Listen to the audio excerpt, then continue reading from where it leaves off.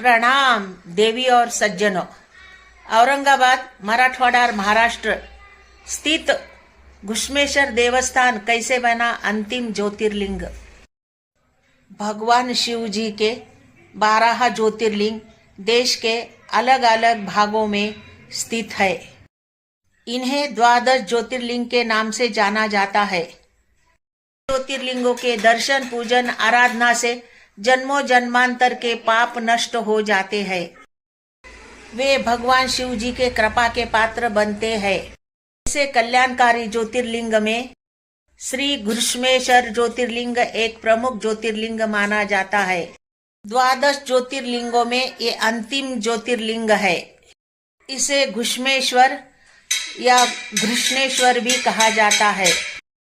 यह महाराष्ट्र में दौलताबाद से 12 किलोमीटर दूर वेरूल गांव में स्थित है। श्री घुश्मेश्वर ज्योतिर्लिंग के विषय में पुराणों में ये कथा प्रचलित है। दक्षिण देश के देवगिरी पर्वत के निकट सुधर्मा नामक एक अत्यंत ही तेजस्वी तपोनिष्ठ ब्राह्मण रहता था।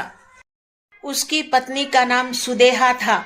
दोनों में परस्पर बहुत ही प्रेम था। प्रकार का कष्ट उन्हें नहीं था, लेकिन उन्हें कोई संतान नहीं थी। ज्योतिष गणना से पता चला कि सुदेहा के गर्भ से कोई संतान उत्पत्ति हो ही नहीं सकती। सुदेहा संतान की बहुत ही इच्छुक थी। उसने अपने पति सुधर्मा से अपनी छोटी बहन से दूसरा विवाह करने का आग्रह किया। पहले तो सुधर्मा को ये बात जची ही नहीं, लेकिन अपनी पत्नी के जिद के आगे उसे झुकना ही पड़ा। वे अपनी पत्नी की बात को टाल न सके। आखिर में वे अपनी पत्नी की छोटी बहन घुश्मा को ब्याह कर घर ले आए। घुश्मा अत्यंत विनीत और सदाचारणी स्त्री थी। वह भगवान शिव की अनन्य भक्त थी। घुश्मा प्रतिदिन 101 पार्थिव शिवलिंग बनाकर हृदय की सच्ची निष्ठा से उनका पूजन करती थी।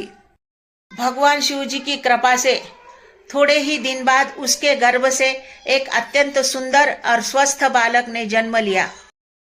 बच्चे के जन्म के खुशी से सुदेहा और घुश्मा दोनों के आनंद की सीमा ही नहीं रही। दोनों के ही दिन बड़े आनंद से गुजरने लगे थे, लेकिन न जाने कैसे एक दिन सुदेहा के मन में एक कुविचार ने जन्म लिया। वह सोचने लगी, मेरा तो इस घर में कुछ ही नहीं है, सब कुछ घुश्मा का ही है। अब तक सुदेहा के मन का कुविचार रूपी अंकुर एक बड़े वृक्ष में परिवर्तित हो गया था। वह सोचने लगी, मेरे पति पर भी उसने अपना अधिकार जमा लिया है, संतान भी उसकी ही है। यह विचार उसके मन में धीरे धीरे बढ़ने लगा। इधर घुश्मा का भी बालक बड़ा हो रहा था। धीरे धीरे वह जवान हो गया। उसका विवाह भी हो गया। अंततः एक दिन उसने घुश्मा के उस जवान बेटे को रात में सोते समय मार डाला और उसका शव लेकर उसी तालाब में फेंक दिया, जिस तालाब में प्रतिदिन घुश्मा 101 पार्थिव शिवलिंग बनाकर जिस तालाब में वो विसर्जित करती थी। सुबह होते ही सबको इस बात का पता चला। घर में कोहराम मच गया। सुधर्मा और उसकी पुत्रवधू फूट फूट कर रोने लगे, लेकिन घुश्मा नित्य के भांति भगवान शिव की आराधना में तल्लीन थी, जैसे ही कुछ हुआ ही न हो। पूजा समाप्त करने के बाद वह पार्थिव शिवलिंग को तालाब में छोड़ने के लिए चली गई। जब वह तालाब से लौटने लगी, तब उसका प्यारा लाल उसी तालाब से बाहर आता हुआ उसने देख लिया। वह सदा के भांति घुश्मा के चरणों पर आकर गिर पड़ा, जैसे कहीं आसपास से ही घूमकर आ गया हो।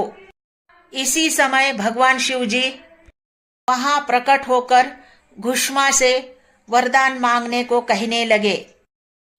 भगवान शिव जी सुदेहा के इस कृत्य से बेहद ही क्रोधित हो गए थे। आपने त्रिशूल द्वारा उसका गला काटने उद्धत दिख रहे थे। घुश्मा ने हाथ जोड़कर भगवान शिव जी से कहा, प्रभो, यदि आप मुझ पर प्रसन्न हो तो मेरी अभागन बहन को क्षमा कर दो।